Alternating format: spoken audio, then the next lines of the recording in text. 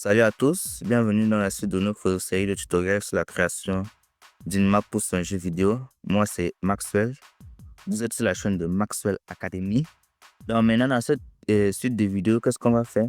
On va faire un petit code pour que le point of interest de notre joueur puisse tourner, en fait, qu'il puisse avoir une rotation.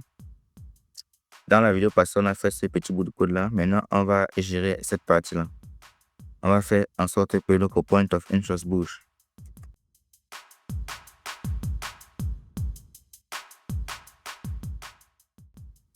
Alors pour cela, on va faire, on va toujours prendre notre image, on va prendre notre point of interest, on va faire un contrôle pour faire un get.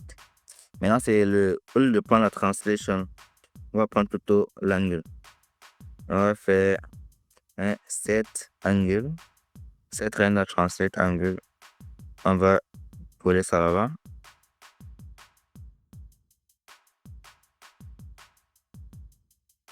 Maintenant, on va faire ici un get player character. Ici, on va faire un get actor rotation. On va diviser ceci et ce qui nous intéresse, c'est la rotation sur les Z. Pourquoi? Parce qu'il y a beaucoup de gens qui ne comprennent pas pourquoi on prend toujours les Z pour la rotation. Alors, je vais faire en sorte de bien vous expliquer du mieux que je peux.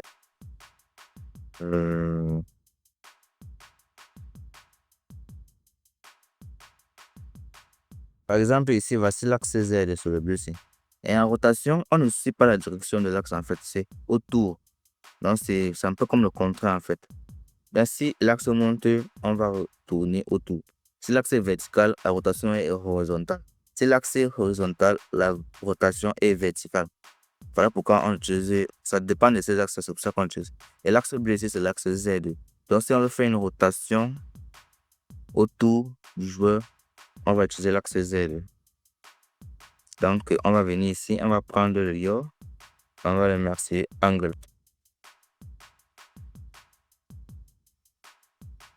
J'arrange un peu mon code. Voilà. Maintenant, compile, on sauvegarde et on teste pour voir. J'appuie sur la touche M. Vous voyez maintenant que je tourne, n'est-ce pas? Là, je suis face à ces blocs. Je vais vers les escaliers.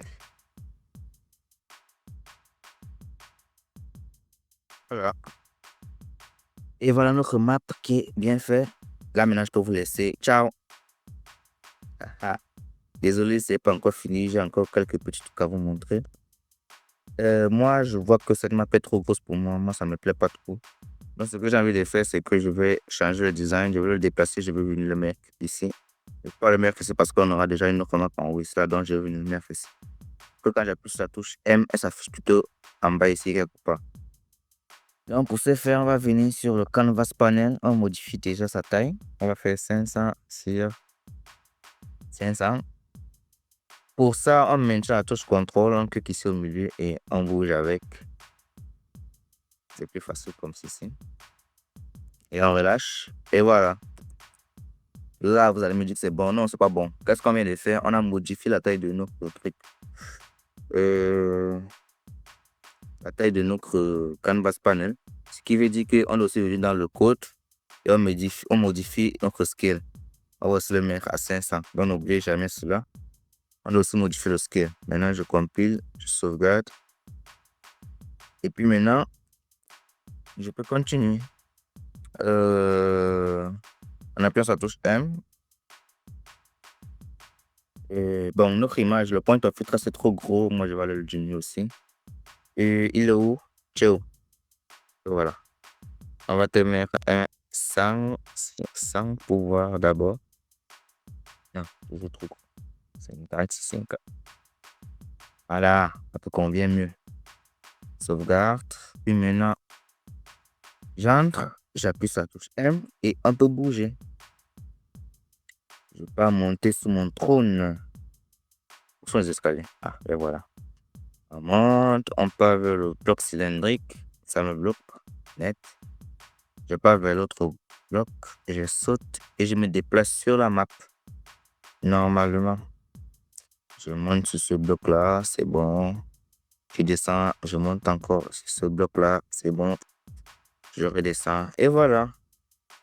On a une map fonctionnelle dans notre jeu vidéo. Ça, c'est pour la grande map. Et je crois que c'est la fin de la première grande partie de notre série de tutoriels qui était sur la grande map.